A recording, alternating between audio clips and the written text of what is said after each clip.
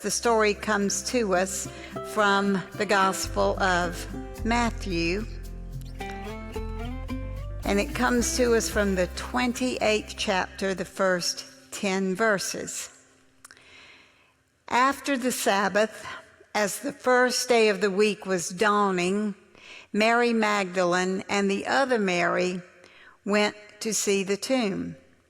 And suddenly there was a great earthquake, for an angel of the Lord descending from heaven came and rolled back the stone and sat on it.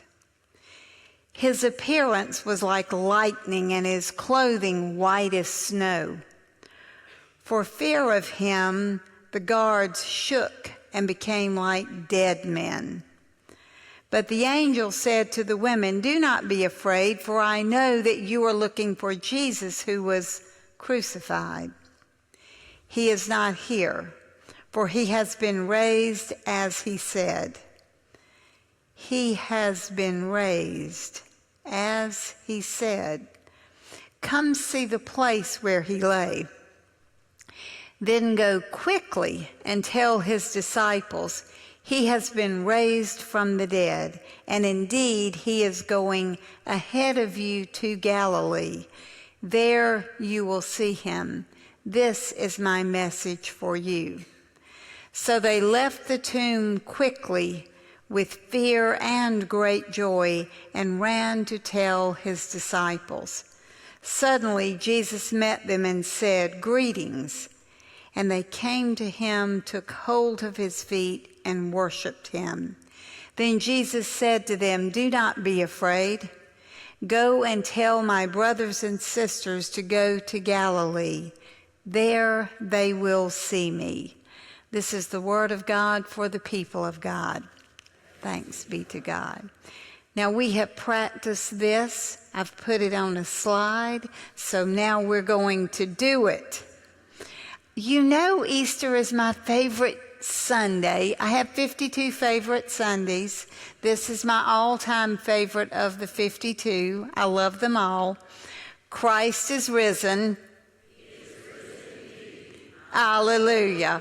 Look how well you did. See, we are practiced. We can do this. Well, hallelujah is that word that we have not said for the entire season of Lent. And translated, it means praise the Lord. Well, today we celebrate the summit. This is the pinnacle, the event in the entire church year. It is the central event of the entire Christian faith. It is the event, the date, the day around which the liturgical year takes place, the resurrection, the raising of Christ from the tomb. In Acts, we hear it said this way: "They put him to death on a tree, but God raised him." That is a phrase that I heard a lot and learned a lot about when I was serving in the Low Country. Something could take place, there could be a situation, someone could have a concern or an issue, and people would simply respond to the circumstances with a heartfelt and a visceral phrase, "But God." And sometimes the phrase would be just a simple amen, "but God," and someone would say amen.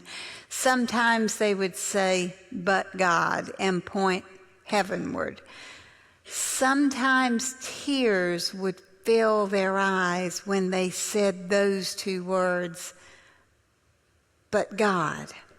Regardless of how impossible things may have seemed, but God entered into the narrative, and it signaled a critical moment.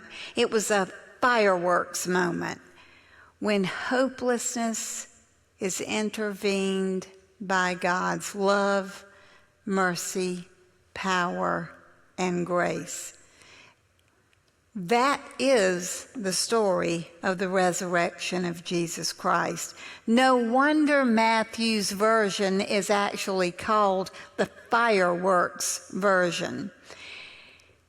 When we heard it read, it has the effects of pyrotechnics that we would expect from a theophany, which is a really fancy word for a visible, audible, tangible manifestation, an appearance of God, complete with the profound effects. Matthew didn't leave anything out. Nothing. Earthquakes, lightning and rollings, graves shaking and quaking, stones being moved, an angel sitting on top of it, dead men walking, angelic visitors that speak to those who are gathered. The lineup sounds like a Hollywood movie set, but this story has nothing to do with pyrotechnics and special effects. It is about celebrating the resurrection of Jesus the Christ. It is about God with us. We remember Emmanuel all the way back from Advent and Christmas. Well, it's no different for Lent, Easter.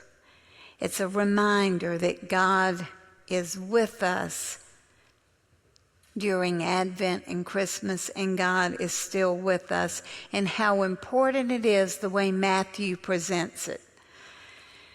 Because this is following Good Friday, when we know what happened. And Jesus died on the cross. And we are still being reminded through the resurrection of Jesus Christ that God is with us for this life and the continued eternal life. It signifies God's presence and God's communication with us. It's interesting when we read this story and we experience this story with Matthew. Matthew does not describe the resurrection as an event. Matthew points to and provides evidence of the resurrection as faith in action. In other words, we are living as resurrection people. Matthew reflects on the past, the here and now, and into the future. And we're told that his disciples grabbed Jesus' feet and they worshiped him. It's interesting that the word there that is used for worshiped him in verse 9 that we just read is actually the same word that was used to describe the Magi's response way back in chapter 2. And if we keep reading over in verse 17, when Jesus is commissioning his disciples, we hear the same word again. So Matthew gives us this clear picture of faith being connected to, hearing about, experiencing, encountering the effects of the hope and the promise of the already resurrected Christ. Claiming, believing, and living the resurrection life matters in the here and now. That's why for Matthew it just wasn't an event that took place and we remember the event.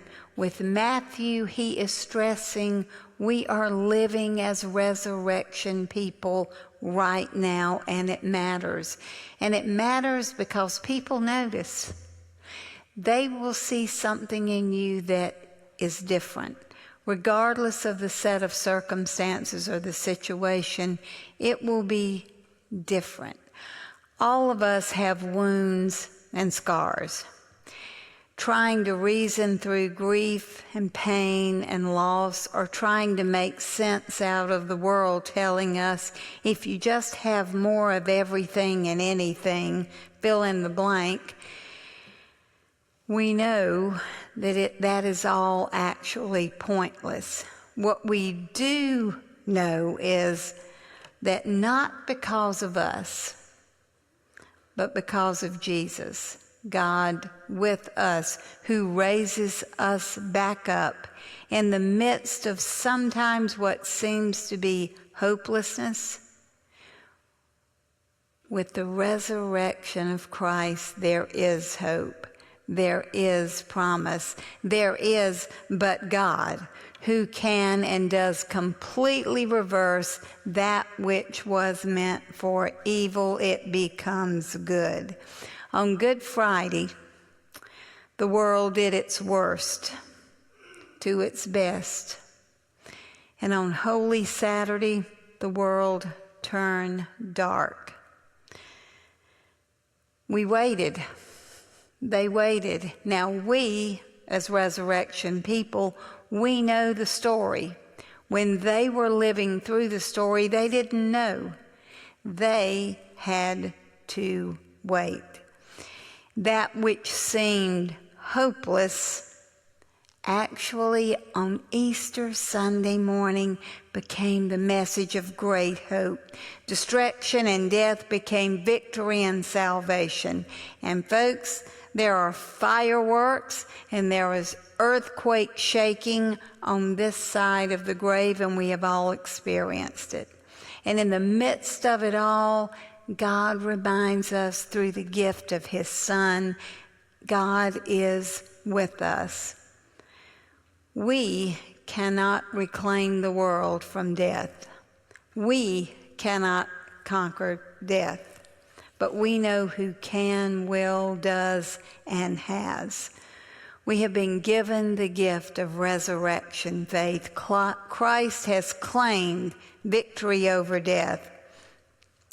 And because of God's action in Jesus Christ, we don't even have to hide from. We can actually enter into places of suffering and fear with actions that embody, make visible life and hope and the promise of life that does not end. God has promised that the last word will be love. And because we believe that, we can proclaim and we can live and we can demonstrate for others that love in ways that makes life better through actions, words, deeds, and choices. The resurrection that we know in the here and now that we live every single day matters, because we also look joyfully to the future, but we can be joyful right now because we are already living eternal life. How many of you, if I can see your hands and you don't mind sharing, remember a movie that was made many years ago? I'm like Ben, I'm remembering back from a long time ago. But he said didn't he say he was like entering high school in the 90s? I'm not going to tell you when I was in high school. I was no longer in high school in the 90s. But as a very young little girl, I watched a movie almost every year with my daddy. It was called The Robe. Do any of you remember The Robe? Oh, some of you do. Well, it's actually the story of the passion and the resurrection of Jesus. And it was nothing like Mel Gibson's The Passion, which I have never been able to make it through that one. But I can remember as a little girl crawling up in his lap when they got to the crucifixion part, or even leading up to it, and the tears would be just streaming. And of course, as any parent does, my dad would try to comfort me and console me, and I remember looking up at him and saying, "But you can't tell me it's not real." And he would say, "No, I can't." But that's not the end of the story. You see, that's not the end of the story. Trials and tribulations are going to come. That's not the end of the story. Mary's Easter day was a mixture of sadness, awareness, and discovery. The two Marys, and Mary in particular, were one of the 2 people in the world to first witness this. Mary went to the tomb, and she went in sadness. She was experiencing deep grief and deep despair. She went to a cold place. She went to a stone-cold tomb. A tomb personified hopelessness and death. It was the end. She went expecting to perform a loving final act, which was to prepare the body of Jesus for final and permanent burial. But things shifted. When she arrived, she went from despair to being aware that things had changed. When she arrived, there was an empty tomb, there's a missing body, angels lurking about who were speaking, and among the angels, there was comfort. And from comfort, she went into discovery. Instead of preparing the body for final burial, there's a command from the angel, and then she's told, go share the good news. Go tell, rejoice. In one fell swoop, she went from despair to comfort to go tell, go and rejoice. Now, that is a fireworks moment, and we can identify. Our lives are filled with earthquakes. They just come. We don't invite them. We don't want them, but they happen. Grief, health issues, death, employment issues, family concerns. Everyone here, even children, have experienced something that they're dealing with, something that is tough. Life happens, but God. Easter reminds us that that is not the end of the story. We are living resurrection promise right now. Easter is God's promise that God is active in the here and now, right now, in this very moment, in all places, at all times, and in all circumstances. And the good news is that we're already living eternal life. It has already begun. Whatever comes our way, God is already there. Holy fireworks have already been set off. God loves us so much that God was willing to send the greatest gift the world will ever or could ever receive in his Son, who was willing, knowing what was ahead of him as he approached Jerusalem, was willing to die on the cross, to be resurrected on Easter for us. You see, we are resurrection people. Today is the day. Today is the day that we celebrate Christ. The stone had been rolled away for him. Christ rolls away the stone from the tombs of our lives and opens us to a love that makes a difference. Today, Christ is risen. Today is the day, living in the here and now. We are resurrection people. We have the same command that those first disciples had. Christ is risen.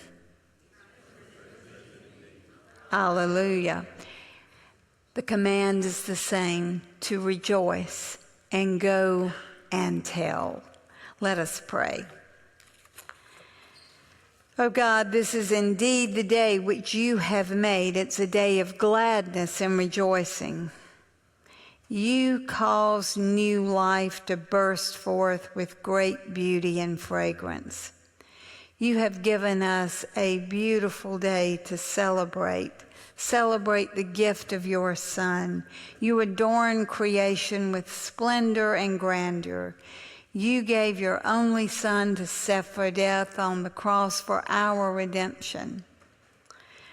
Almighty God, by the resurrection of Jesus Christ, you broke the power of death and opened the way to eternal life. The empty tomb stands as witness to his triumph over death. We pray that we, your church, would be a bold testimony to his enduring victory in life, so that all may proclaim to the world, he is risen indeed. O God, increase in our hearts and minds the risen life we share with Christ, and help us to grow as your people toward the fullness of eternal life with you through Jesus Christ, our Savior and Lord, who lives and reigns with you and the Holy Spirit, one God, now and forever, who taught us to say when we pray, Our Father, who art in heaven, hallowed be thy name. Thy kingdom come, thy will be done on earth as it is in heaven. Give us this day our daily bread, and forgive us our trespasses, as we forgive those who trespass against us. And lead us not into temptation, but deliver us from evil. For thine is the kingdom and the power and the glory forever. Amen.